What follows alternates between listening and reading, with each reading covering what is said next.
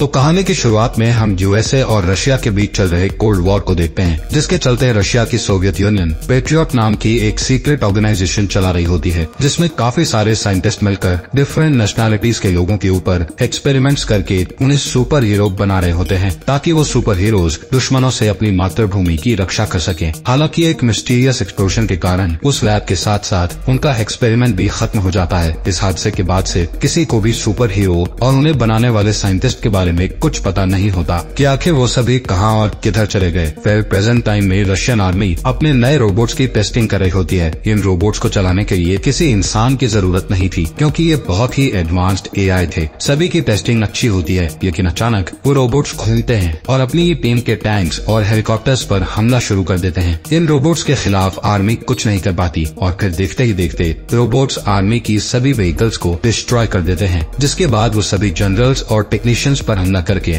उन्हें भी मार डालते हैं। तभी हमें पता चलता है कि इस हमले के पीछे डॉक्टर कुराटोव का हाथ है, जो कि बहुत सालों पहले पेट्रियट प्रोजेक्ट के साइंटिस्ट में से एक था। डॉक्टर कुराटोव के पास काफी सुपर पावर्स आ चुकी थी, जिनसे वो बिजली पैदा करके मशीनों को कंट्रोल कर सकता था। वो उन सभी रोबोट्स को कंट्रोल करके अपने साथ ले जाता है। कुछ समय के बाद मिनिस्ट्री ऑफ डिफेंस इस इंसिडेंट के बारे में जानकारी निकालने के लिए मीटिंग करती है, जहाँ मेजर जनरल निकोलाई सबको कोल्ड वॉर के दौरान हुई घटनाओं के बारे में बताते हैं कि 1940 में कुराटोव नाम का डॉक्टर पेट्रियट प्रोजेक्ट के टेक्नोलॉजीज डिपार्टमेंट में इंचार्ज था, जहां कुराटोव मॉड्यूल 1 नाम के एक ऐसे प्रोजेक्ट पर काम कर रहा था जिसमें एक रिमोट के द्वारा किसी भी व्हीकल को कंट्रोल किया जा सके, और उसका एक्सपेरिमेंट फेल हो गया, जिसके कारण उसका प्रोजेक्ट बंद करवा दिया। इसके बाद कुराटोव पेट्रियट प्रोजेक्ट के हेड प्रोफेसर विक्टर से जेलस होने लगा, क्योंकि विक्टर का इंसानों को सुपर पावर बनाने वाला एक्सपेरिमेंट सफल हो गया था। इसलिए कुराटोव ने अपने पर्सनल एक्सपेरिमेंट के लिए विक्टर की रिसर्च को चुराने का फैसला किया। असल में वो विक्टर को पीछे करके खुद को एक ग्रेट साइंटिस्ट बनाना चाहता था। इस कारण कई लोग उसके शिकार बन गए। इसलिए कुराटोव अपनी लैब में छिप गया, जिसके बाद आर्मी उसकी लैब पर गई, लेकिन कुराटोव ने उस जगह पर बॉम्ब लगा दिए थे, जिससे लैब में एक बड़ा एक्सप्लोजन हुआ और सभी लोग मारे गए। तब आर्मी जनरल्स को लगा कि कुराटोव मर चुका है, लेकिन कुराटोव बच गया था और इस एक्सप्लोजन से निकले केमिकल्स ने उसके शरीर को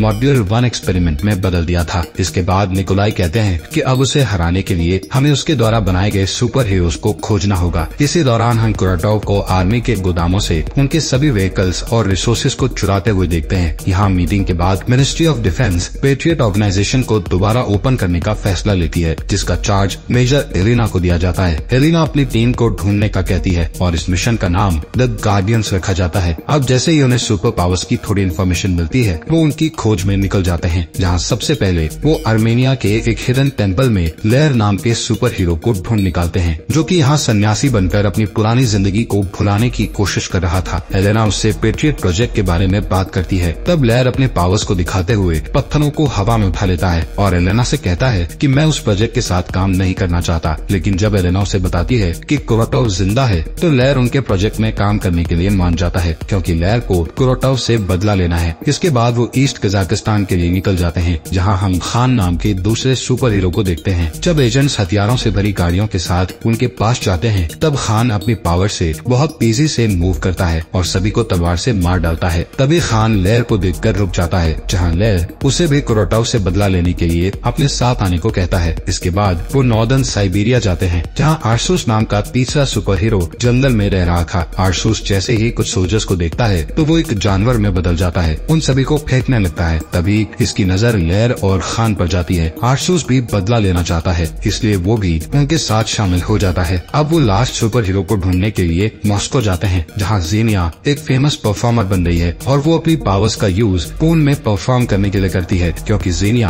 पानी में इनविजिबल हो जाती है। शाम को एक शो के बाद ज़ीनिया खान को अपने ड्रेसिंग रूम में देखकर उस पर हमला कर देती है। तब खान फाइट को रोकने के लिए तेजी से मूव होकर दूसरी ओर खड़ा हो जाता है। इसके बाद वो ज़ीनिया को याद दिलाता है कि वो उसका दोस्त है, और ज़ीनिया उस पर दोबारा अटैक करती है। तभी वहाँ लेयर आता है और ज़ीनिया उस पर भी अटैक करती है। इस फाइट में लेयर जीतता है, क्योंकि उसी ने ज़ीनिया को फाइट सिखाई थी। तभी आर्सूस वहाँ आता है और ज़ीनिया को समझाता है कि हम सभी अपने पावर्स के कारण पिछले 40 साल से जवान हैं। साथ ही कहता है कि भले ही तुम हमें याद ना करती हो, लेकिन तुम उस आदमी से बदला लेने के लिए हमारे साथ आ सकती हो, जिसने हमें ऐसा बनाया है। उसी दौरान हम कुराटोव को देखते हैं, जिसने अपनी क्लोन आर्मी को बना लिया होता है। वहीं सभी लोग अब पेट्रियट हेडक्वार्टर्स आ जाते हैं। ज़ीनिया बताती है कि उसे सिर्फ 1978 के समय की मेमोरी याद है, जहां डॉक्टर्स ने उसे सेवास्टोपोल के पास देखा था, लेकिन उसकी पहचान कोई नहीं कर सका। उसे सिर्फ उसकी रिंग से अपना नाम पता चला, लेकिन डॉक्टर्स ने कहा था कि टाइम के साथ उसकी मेमोरी वापस आ जाएगी, लेकिन अभी तक ऐसा नहीं हुआ था। इसके बाद जीनिया ने नोटिस किया कि उसकी एज बढ़ नहीं रही है, इसलिए वो लोगों की नजर में आने से बचने के लिए ट्रैवल करने लगी। जीनिया अपनी पावर्स के बारे में बताती है कि वो पानी में इनविजिबल हो सकती है और किसी भी सिचुएशन के अकॉर्डिंग अपनी बॉडी के टेम्परेचर को कंट्रोल कर सकती है। इसी दौरान एलेना की टीम का एक ऑफिसर वहाँ आता है और उन्हें बताता है कि उन्होंने कुरोटोव को एक कबाड़ खाने में नोटिस किया है और वो उस एरिया को अपने कमांड सेंटर की तरह यूज कर रहा है। इसके बाद सभी उस जगह पर पहुँचते हैं जहाँ बारिश होते देख जीनिया खुश हो जाती है और पानी में भी कर इनविजिबल हो जाती है। तभी उन्हें पता चलता है कि किसी ने उनके सिग्नल को जैम कर दिया है, इसलिए वो अब हेडक्वार्टर से कम्युनिकेट नहीं कर पाएंगे। अब वो चारों अलग अलग जगह से हमला करने के लिए एक दूसरे से अलग हो जाते हैं, जहाँ जीनिया बिना परवाह किए अंदर चली जाती है। यहाँ कुरोटोव की गार्ड्स के पास स्पेशल गॉगल्स होते हैं जिनसे उन्हें जीनिया का बॉडी टेम्परेचर दिखाई देता है, इसलिए वो तुरंत अपने स्पेशल वेपन से जीनिया को फ्रीज कर देते हैं। दूसरी ओर आरसूस और खान अपनी पावर से ज्यादा लोगों को मारने लगते हैं। जब खान चलना बंद करता है तब गार्ड उस पर पैरालाइज्ड गार्ड से अटैक करके उसे रोक देता है। वहीं आरसूस को भी एक जाल में फंसाकर पकड़ लिया जाता है। इधर बिल्डिंग के अंदर लहर अपनी बॉडी को पत्थरों से ढकने से पहले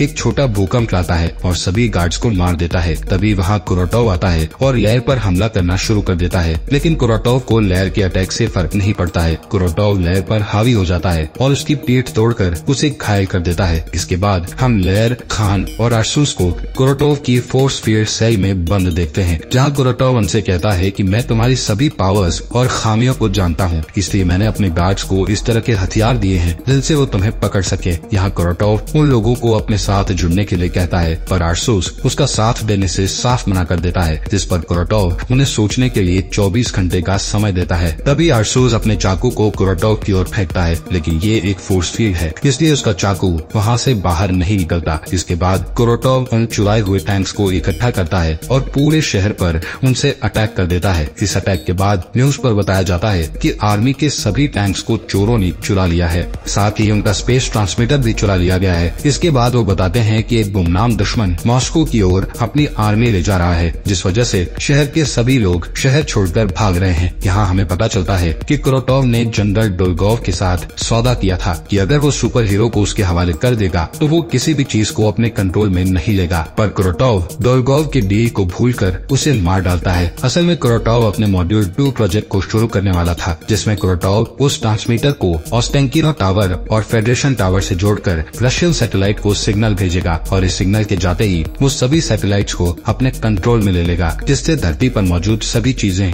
उसके कंट्रोल में आ जाएंगी। इस बीच एलेना लैर को वापस हेडक्वार्टर ले जाती है। जब लैर ठीक हो जाता है तब एलेना को बताता है कि मैं जब बेहोश था तब मैं अपनी बेटी को देख रहा था। लैर बहुत दुखी होकर बताता है कि मैंने अपनी बेटी को बूढ़ा होते हुए और उसे अपनी नजरों के सामने मरते हुए देखा है। असल में लैर के पास सुपर पावर होने से उसकी उम्र नहीं बढ़ रही थी, जिस कारण अब वो बहुत दुखी हो चुका था। इसके बाद एलेना से मिलने कुरोटोव का पुराना लैब पार्टनर विक्टर आता है। विक्टर बताता है कि वो इतने सालों से छुपा हुआ था, पर जब उसने न्यूज पर कुरोटोव को देखा तो वो वहाँ आ गया, क्योंकि उन लोगों को कुरोटोव को रोकने के लिए विक्टर की हेल्प जरूर पड़ेगी। यहाँ विक्टर तुरंत लैर को ठीक करने का काम शुरू करता है। साथ ही एलेना को कुरोटोव की सीक्रेट लैब का पता बताकर बाकी के सुपर हीरोज को बचाने का कहता है। इसके बाद एलेना की टीम उस लैब के अंदर घुसकर सभी गार्ड्स को मार देती है और गार्डियंस को आजाद कर देती है। तब खान कुछ कहे बिना वहाँ से चला जाता है। वहीं कुरोटोव उन दोनों टावर्स को शहर से ले जा रहा होता है। इधर एलेना आरसूस से बात करती है। तब आरसूस बताता है कि वो जीनिया के लिए परेशान है, क्योंकि कई सालों बाद वो जीनिया से मिला, लेकिन जीनिया को कुछ भी याद नहीं है, इसलिए उसने जीनिया से दूरी बनाने का फैसला लिया है। इसके अलावा आरसूस अपनी बॉडी के चेंजेस से परेशान होकर कहता है कि वो हर दिन जंगली जानवर बनता है, इसलिए उसे डर है कि कहीं वो हमेशा के ये जानवर ना बन जाए। जिस पर एलेना उससे वादा करती है कि वो कभी ऐसा नहीं होने देगी और शायद विक्टर उसका इलाज ढूंढ सकता है। इधर विक्टर कुरोटोव की सीक्रेट लैब में उसके क्लोन्स पर स्टडी कर रहा था, जिस दौरान कुरोटोव वहाँ आता है और विक्टर पर धोखा देने का आरोप लगाते हुए कहता है कि तुमने अकेले काम करके सुपर हीरोज के रिजल्ट को निकालकर मेरे साथ गलत किया। इसके बाद कुरोटोव कसम खाता है कि वो पूरी दुनिया को बताएगा कि असली जीनियस कौन है। ये कहकर वो एक जहरीली गैस लैब में छोड़ देता है, जिससे विक्टर की डेथ हो जाती है। बाद में कुरोटोव दोनों टावर्स को जोड़कर स्पेस ट्रांसमीटर को सेट करता है। अब जैसे ही वो पावरफुल मशीन को एक्टिव करता है तब पेट्रियट सिस्टम उसे डिटेक्ट करके कुरोटोव के प्लान को समझ जाता है, इसलिए वो उसे रोकने के लिए फाइटर फाइटर प्लेन का एक ग्रुप भेजते हैं, जिस पर कुरोटोव आर्मी के चुराए रोबोट्स को फाइटर प्लेन के ऊपर गोली चलाने के लिए कहता है, जिस कारण सभी प्लेन बुरी तरह तबाह हो जाते हैं। दूसरी तरफ बिल्डिंग के ऊपर खान को देखते हैं। तब एलेना उससे उसकी परेशानी पूछती है, जिस पर खान बताता है कि उसका एक भाई था जो अच्छा फाइटर था और खान उसी की तरह बनना चाहता था। फिर उसे कुरोटोव मिला, जिसने उसे पावरफुल बना दिया। जिसके बाद खान ने अपने भाई को फाइट चैलेंज दिया, पर खान ने फाइट के दौरान अपना कंट्रोल खो दिया और अपने भाई को मार डाला। ये सुनकर एलेना उसके साथ सिंपैथाइज करते हुए याद दिलाती है कि अभी शहर को उसकी जरूरत है। इसके बाद सभी फिर से एक साथ होते हैं, जहाँ एलेना गार्डियंस को बताती है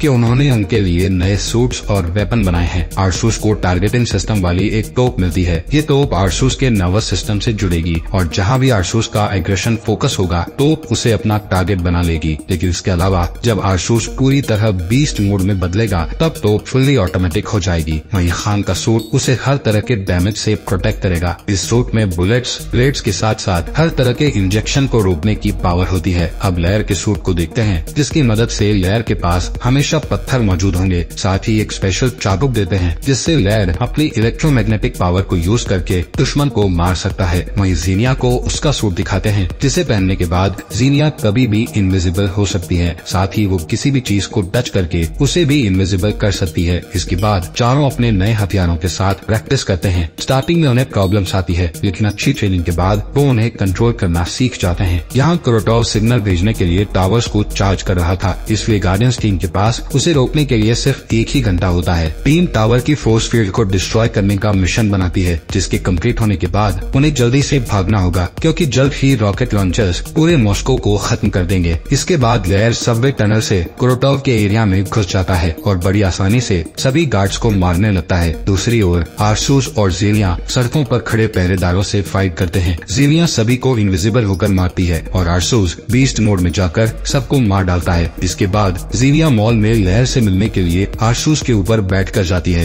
इधर खान प्लेन से टावर तक पहुंच जाता है, पर रोबोट्स उसके प्लेन पर अटैक करते हैं, इसलिए खान को प्लेन से कूदने में परेशानी आती है। दूसरी तरफ आर्सूस, लेयर और जीनिया वहां से कुरोटोव के टावर तक पहुंचने के लिए एक बड़े पाइप को पार करना शुरू करते हैं, जिस दौरान गार्ड्स एक साथ उन तीनों पर गोलियां चलाने लगते हैं, जिससे आर्सूस फिसल जाता है और लेयर ढाल बनाने के लिए अपने चाबुक को एक्टिव करता है। तभी खान प्लेन से कूदता है और गोली चला रहे गार्ड्स को नीचे गिराकर मार डालता है। इस बीच कुरोटोव की लैब में एलेना को विक्टर मिलता है, जो कि जिंदा था, पर उसके पास ज्यादा समय नहीं बचा था। विक्टर एलेना को बताता है कि अगर सारे सुपर हीरोज अपनी पावर को एकजुट करेंगे तो उनकी पावर्स और भी बढ़ जाएगी, जिससे वो कुरोटोव को आसानी से मार सकेंगे। इसके बाद चारों गार्डियंस टावर में जाते हैं और कुछ गार्ड्स को मारने के बाद वो जनरेटर के पास पहुंच जाते हैं। तब जीनिया जनरेटर को अपनी बॉडी की गर्मी से शॉर्ट सर्किट करने के लिए पकड़ लेती है, जिससे जीनिया को बहुत तकलीफ होती है, पर वो टावर के चारों ओर फोर्स फील्ड को बंद करने में सक्सेसफुल हो जाती है। आर्सूस जीनिया को गिरने से ठीक पहले पकड़ लेता है। इसके बाद आर्मी उस टावर को डिस्ट्रॉय करके कुरोटोव को मारना चाहती है,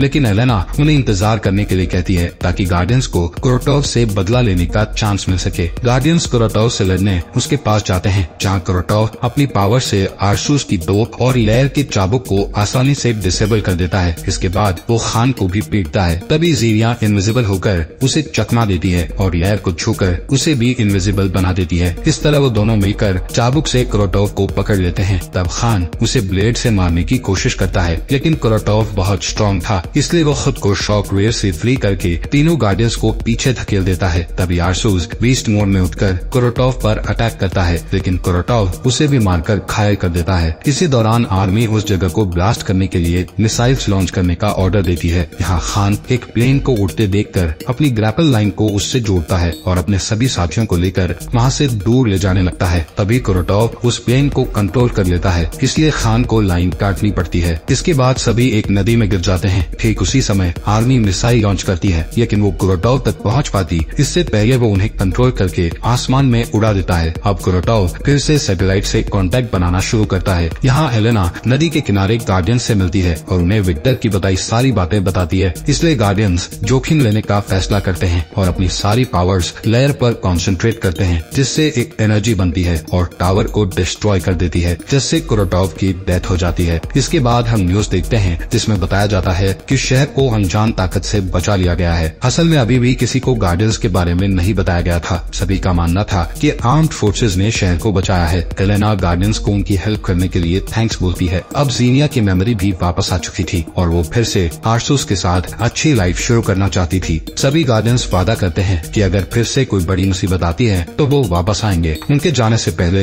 एलेना उन्हें बताती है कि उन्हें बाकी के गार्डियंस मिल गए हैं। कुछ समय बाद आधी रात में दो आदमी एक वैन को रोकते हैं, जिससे एलेना बाहर आती है और उनसे लड़ती है। तब एलेना को एक आदमी से पता चलता है कि उसे फेरम नाम के किसी आदमी ने भेजा था। ये नाम सुनकर एलेना टेंशन में आ जाती है और इसी के साथ ये मूवी यहीं पर खत्म हो जाती है।